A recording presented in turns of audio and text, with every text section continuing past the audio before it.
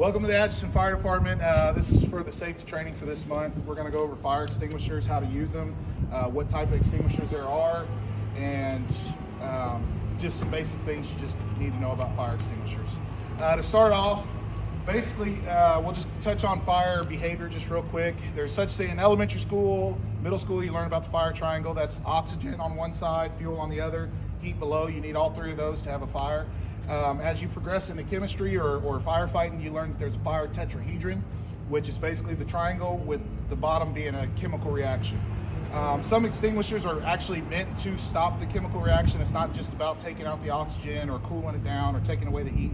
It's basically, it just stops at all three of those coming together to form your fire. There's 5 common classes: A, B, C, D, and K. A is ordinary combustibles. That's your wood, your trash, your paper, just your everyday stuff, that household stuff that you would normally put out. B is flammable liquids, gas stations. If you think gasoline, oil, something along those lines.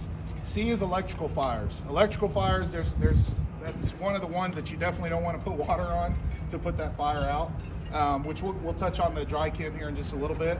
There's D, that's your metals. City shop may have to deal with this. That's the potassium or the magnesium type of metals that burn. Once they get burning, if you add water to it, they actually flare up. Dry chem, sometimes you can slow it down, but you mainly need a Class D chemical or Class D extinguisher for that. There's also Class K, which I'm pretty sure none of us will have to deal with, except for if we're at the Atchison Event Center. That's for the cooking oils, like your deep fat fryers, those type of fires. Sorry, I'm gonna look at my cheat sheet so I make sure I hit all the highlights for you guys. The most common extinguisher is your dry chem. That's the ABC chemical extinguisher. That's actually the one, if none of you have ever shot off an extinguisher before, that's actually one that you guys will be using today. We'll start a fire here and we'll just have you go and put it out. Every year your extinguisher needs to be maintained. That includes the ones on your trucks. That includes the ones in the buildings. We usually have somebody come through and do an annual maintenance on them. However, what you typically do is, when you're looking at your extinguisher, you check your hose, you're looking for cracks, anything along those lines. You're making sure your nozzle's clear. You're making sure it doesn't move. You're making sure it has a pin in it, a tag on it. And then you're also making sure that it's charged, it's in the green. Also, what you can do is you can turn it upside down and shake it for a dry chem, and that just allows the powder to break up. Any cracks or damages, you'd want to report. So like in this case, we've got rust there. So that would be something that would want to get checked out by the guy who comes and checks our extinguishers. You also have water extinguishers. Not sure all the buildings that have water extinguishers. However, at the fire department, we carry water extinguishers. It has what's called wet water in it. We're also moving to where we can put foam in it, which we'll touch on in a second. Wet water basically breaks the surface tension. Surface tension, if you think of it this way, if I took a drop of water and I placed it on wood, you'll see it bead up. Just like if you just redid a deck and it rains, or you waxed your car and it rains, it beads up on the car. So what the wet water does is it breaks that surface tension so that water can spread out, so it can penetrate whatever it's going into. So whether it be wood or paper or so on and so forth. The way you would operate this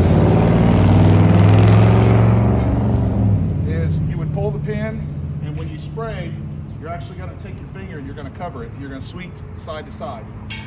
We actually use an acronym which is called PASS. PASS, the P is for pull. So you're going to pull the pin. After you pull the pin, you're going to aim at the base of the fire. That's A.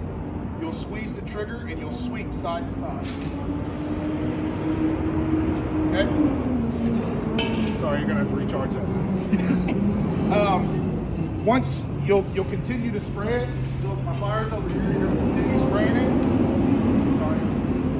Once the fire's out, you're not going to turn around and walk away. You're going to back away. All right. Purpose being, if that fire reignites, especially if you're dealing with flammable liquids, if that fire reignites, you're going to want to know it right away. The distance that a dry chem or a safe distance to fight one of the fires that you're using an extinguisher on is 6 to 8 feet. You'll want to remember that.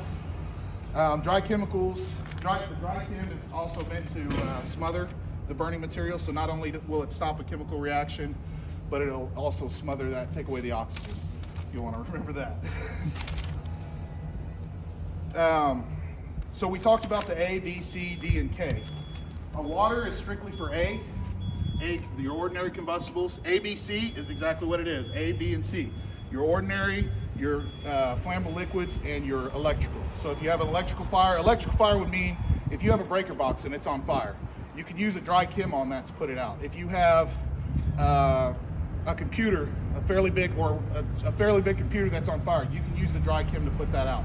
You wouldn't want to use water on electrical, it'll chase back up, but all of us know that. We also have a CO2 extinguisher, which I am not going to set off. It's exactly, you'll use it exactly the same way you'd use any extinguisher. You're going to pull you're going to follow that pass. Pull, aim, squeeze, and sweep. You sweep at the base of the fire. You're aiming at the base of the fire. That is very important that you aim at the base of the fire. A lot of people, when they see a fire, the flames are way up here, so they think they got to go up here and hit the fire.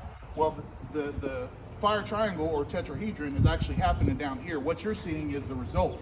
So if you hit it at the base of the fire, you're taking away that triangle or tetrahedron. Whenever you use a CO2 extinguisher, it actually makes an electrical charge. So if you was to use this extinguisher, and after you got done and you went to touch here, there's a chance that you could get shocked.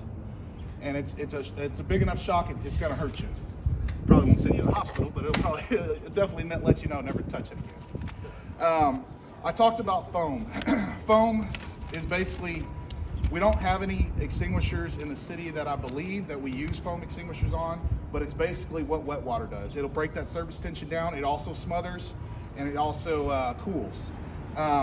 With the dry chem, it's going to smother it, it won't cool it. The water extinguisher cools. The CO2 will take away that oxygen from that fire. A CO2 extinguisher is an extinguisher that you would use B and C on, so your flammable liquids or your electrical. The water is strictly A. The water is strictly A. Ordinary combustibles, remember that. You guys will get a review sheet, so. All right, good. All right, with that being said, I believe we touched on all our highlights today. Okay, so show of hands, how many have ever shot off an extinguisher? Okay, how about this? Show of hands, how many have not shot off an extinguisher? Okay, so I'll give you guys the first option. If you want to use the extinguisher today, you get the option. For those of you who have shot an extinguisher off before, if you want to shoot it off again, you're more than welcome to. Basically, what we're going to do is we've got propane set up. We'll start the fire. You're going to start from here. You'll walk. Actually, you'll start from back here. You'll pull. You'll pick it up. You're going to walk forward. You'll get to right about this line. Yeah, that's close. You get to right about this line here, and you're going to sweep at the base of the fire. Clearly, this isn't the most ideal situation as far as putting the fire out.